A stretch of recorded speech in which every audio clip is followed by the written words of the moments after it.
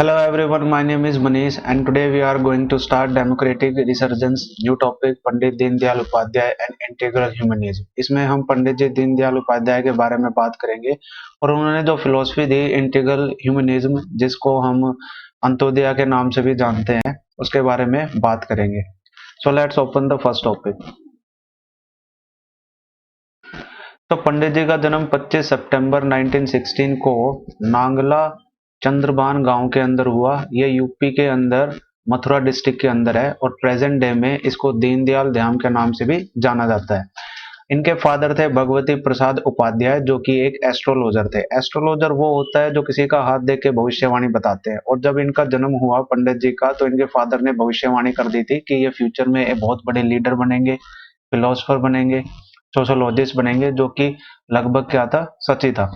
इनकी माता का नाम था राम प्यारी। वो एक रिलीजियस होम मेकर थी, ज्यादा धर्म धार्मिक कामों में उनका क्या रहता था, रुझान रहता था। और इनके दोनों ही पेरेंट्स की डेथ हो जाती है जल्दी ही, जब ये 8 साल के थे। जब 2 साल के हुए तो इनकी माता का देहांत हो जाता है और 8 साल की उम्र में इनके पिता का देहांत हो जाता है।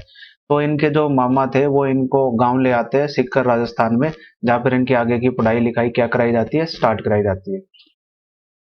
अगर इनके एजुकेशन की बात करें तो इन्होंने अपना हाई स्कूल सीकर राजस्थान से पास आउट किया और फर्स्ट डिवीजन में ये पास हुए। जब ये फर्स्ट डिवीजन में पास हुए तो सीकर के महाराजा थे, वो इनको महीने के 250 रुपए देते थे एज ए स्कॉलरशिप। और जब ये इनकी फर्स्ट डिवीजन आई तो इनको गोल्ड मेडल भी दिया और मंथली 10 रुपए देते थे अलग से किताबों के लिए। बीए की डिग्री इन्होंने सनातन धर्म कॉलेज कानपुर से की और 1939 में ये आगरा चले गए अपनी मास्टर की डिग्री कंप्लीट करने के लिए। ठीक है, लेकिन ये अपनी मास्टर की डिग्री कंप्लीट नहीं कर पाए क्योंकि इनकी बहन की जो तबीयत थी वो बहुत ज्यादा क्या थी, खराब थी।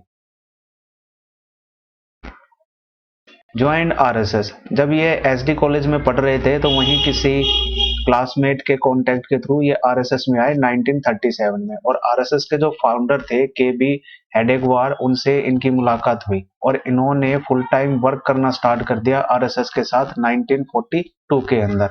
और इन्होंने आरएसएस को ज्वाइन किया तो उनके साथ बहुत सारे जो ट्रेनिंग कैंप्स थे उनको भी इन्होंने अटेंड किया।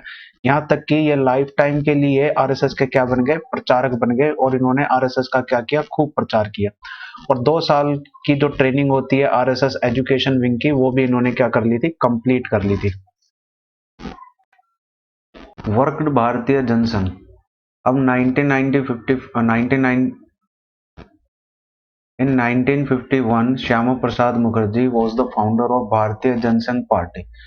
अब श्यामा प्रसाद मुखर्जी ने 1951 में भारतीय जनसंघ पार्टी को फाउंड किया और उन्होंने अगले 15 साल के लिए पंडित दीनदयाल उपाध्याय को यूपी ब्रांच का जनरल सेक्रेटरी अपॉइंट किया। वो उन पर बहुत ज्यादा भरोसा करते थे। श्यामा प्रसाद मुखर्जी का कहना था कि अगर मुझे 2 दीनदयाल उपाध्याय मिल जाए तो मैं भारत की राजनीति बदल दूंगा। He contested for Lok Sabha seat of Jaunpur from UP in 1963 but couldn't win। अब 1963 में पंडित जी ने लोकसभा के इलेक्शन भी कंटेस्ट किए लेकिन वो जीत नहीं पाए, और बाद में दिसंबर 1967 में उन्हें पार्टी का क्या बना दिया गया, प्रेसिडेंट भी बना दिया गया। फिर आता है non Congress collision.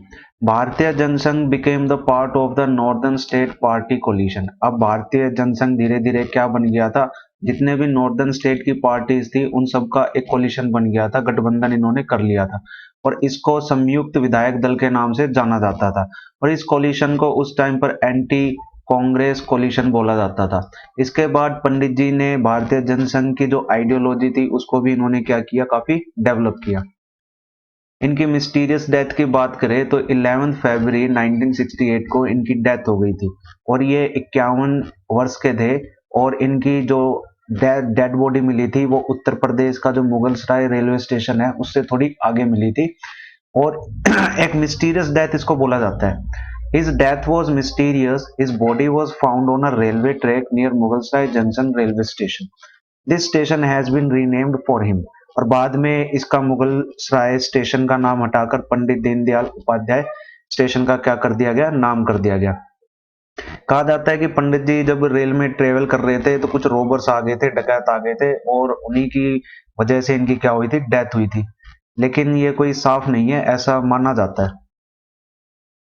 Speeches and writings की बात करें तो पंडित जी ने राष्ट्र जीवन समस्याएं means problem of national life नाम की एक बुक लिखी। ये 1960 में इन्होंने लिखी।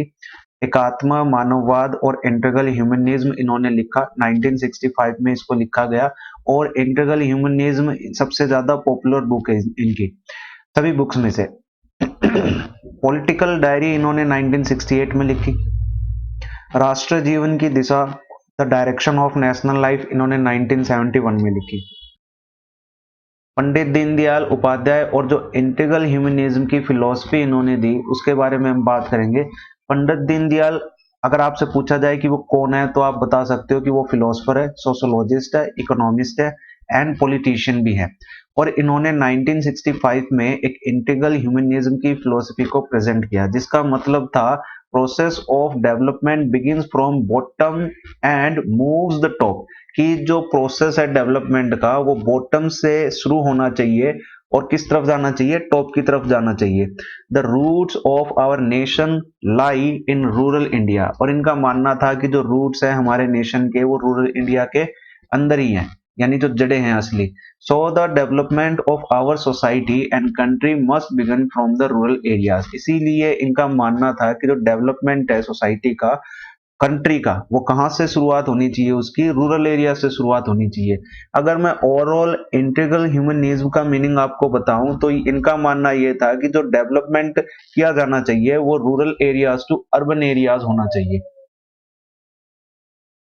नेक्स्ट पॉइंट में कहते हैं कि which was intended to present an indigenous socio economic model in which human being remains at the centre of development. अब देखो इनका इंटेंशन कुछ ऐसा था कि इन्होंने सोशियो इकोनॉमिक मॉडल को प्रेजेंट किया, ठीक है, जिसमें ह्यूमन बीइंग के डेवलपमेंट को इन्होंने कहा रखा, सेंटर में रखा। इन्होंने कहा कि ह्यूमन बीइंग का जो डेवलपमेंट है ना वो राइट में होना चाहिए ना ही लेफ्ट में होना चाहिए, कहां पर होना चाहिए, सेंटर में होना चाहिए। और जो एम था इंटीग्रल ह्यूमनिज्म का वो ये चीज सुनिश्चित करता था कि जो लाइफ है उसको हम डिग्निफाइड करें हर ह्यूमन बीइंग की, जबकि उनकी जो नीड्स है इंडिविजुअल की और सोसाइटी की वो अपनी नीड्स को क्या कर सके, बैलेंस कर सके। It supports sustainable consumption of natural resources, यहां तक कि ये सस्टेनेबल कंजप्शन को भी क्या करते थे, बहुत ज्यादा सपोर्ट करते थे, ताकि जो नेचुरल रिसोर्सेज है उनको हम क्या कर सके, रिप्लेनिश कर सके। इनका मानना यह था कि भाई नेचुरल रिसोर्सेज को इस तरीके से हमें प्लान करना चाहिए, इस तरीके से यूज करना चाहिए कि वो टाइम टू टाइम आपके रिप्लेनिश भी हो सके। रिप्लेनिश मतलब कि भाई वो साइकिल वाइज वो रिकवर भी होते रहे, ठीक है, इस तरीके से यूज ना किया जाए कि वो एकदम से खत्म हो जाए। नेक्स्ट पॉइंट में कहते हैं कि integral humanism enhance not only political, कि ये सिर्फ पॉलिटिकल को एनहेंस नहीं करता but also economic, social, democracy and freedom, इनको भी क्या करता है, ये बहुत ज्यादा प्रभावित करता है। As it seeks to promote diversity, और ऐसा प्रतीत होता है कि ये डाइवर्सिटी को प्रमोट करता है, ठीक है, और ये इंडिया जैसी डाइवर्स कंट्री को बहुत ज्यादा क्या करता है, ये सूट भी करता है, बेस्ट मानते थे इनको पंडित जी। इनका कहना था कि according to this concept human kind consist 4 parts, और इन्होंने एक कॉन्सेप्ट दिया ह्यूमन काइंड का जिसमें इन्होंने 4 पार्ट्स की बात की। एक तो बॉडी की, दूसरा माइंड की, तीसरा इंटेलेक्ट और चौथा हो गया आपका सोल। माइंड सभी को पता है क्या होता है, इंटेलेक्ट हमारी क्या कहते हैं, बुद्धिजीवी को बोलते हैं, और सोल हो गया हमारा आत्मा। कहता है even though there is diversity in human, यहां तक कि इनका मानना यह था कि ह्यूमन बींग्स में डाइवर्सिटी तो है ही, but still it is soul और आत्मा is the common among all. इनका मानना यह था कि भाई ह्यूमंस में डाइवर्सिटी है लेकिन एक चीज कॉमन है और वो है सोल यानी कि आत्मा। अब कहता है आपके पंडित जी कि it is important to develop all element of human kind. इनका यह मानना था कि ह्यूमन काइंड के सभी एलिमेंट्स का डेवलपमेंट बहुत ज्यादा इंपॉर्टेंट है, but body, mind, intellect, soul, only then society will progress. अगर हम इन चारों के ऊपर फोकस करें, इन चारों को हम डेवलप करें, तभी सोसाइटी की क्या होगी, प्रोग्रेस होगी, ऐसा पंडित जी का मानना था।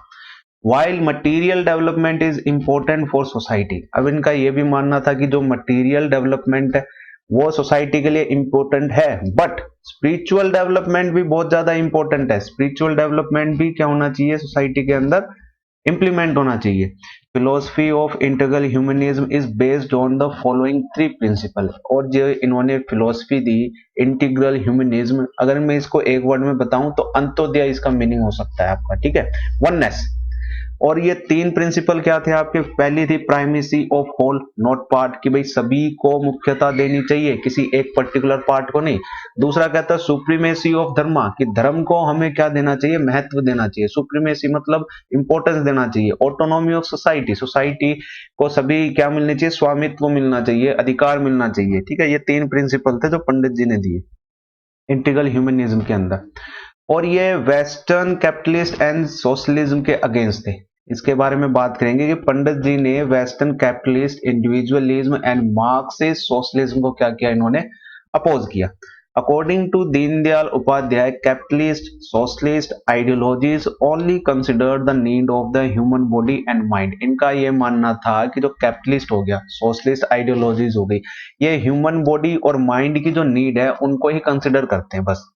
सो they are based on materialistic purpose. तो ये जो सारी चीजें हैं ये किसके ऊपर बेस्ड है, आपकी मटेरियलिस्टिक पर्पस के ऊपर बेस्ड है। जबकि जो स्पिरिचुअल डेवलपमेंट है वो इक्वली कंसिडर करता है important for the complete development of human being, कि अगर जो स्पिरिचुअल डेवलपमेंट है वो इक्वली ह्यूमन मतलब जो ह्यूमन बीइंग के जो डेवलपमेंट ना वो पूरी तरीके से करता है उसकी, यानी कंप्लीट डेवलपमेंट करता है स्पिरिचुअल डेवलपमेंट के अंदर।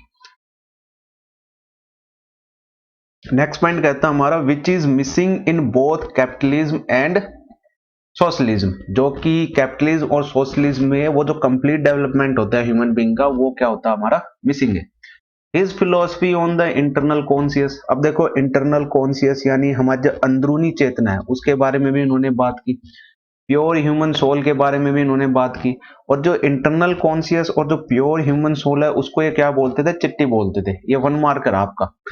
Deendayal Upadhyay described a classless, conflict-free social system। अब दीनदयाल उपाध्याय ने इनको डिस्क्राइब किया कि हमारी सोसाइटी क्लासलेस होनी चाहिए, कास्टलेस होनी चाहिए, conflict free and social system से भी होनी चाहिए, ठीक है।